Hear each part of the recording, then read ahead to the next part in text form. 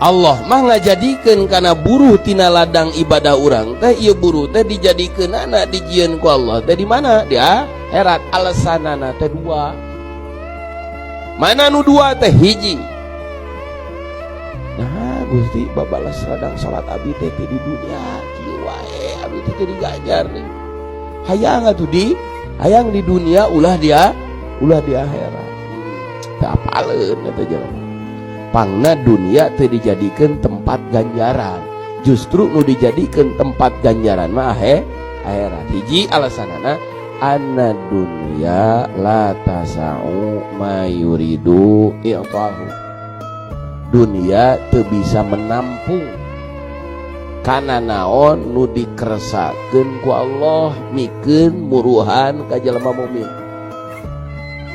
Jadi dunia teh teu mencukupi karena sesuatu nu dipika hayang ku Allah. Keur bahasa kasarna Allah mau hayang kalau mau hate.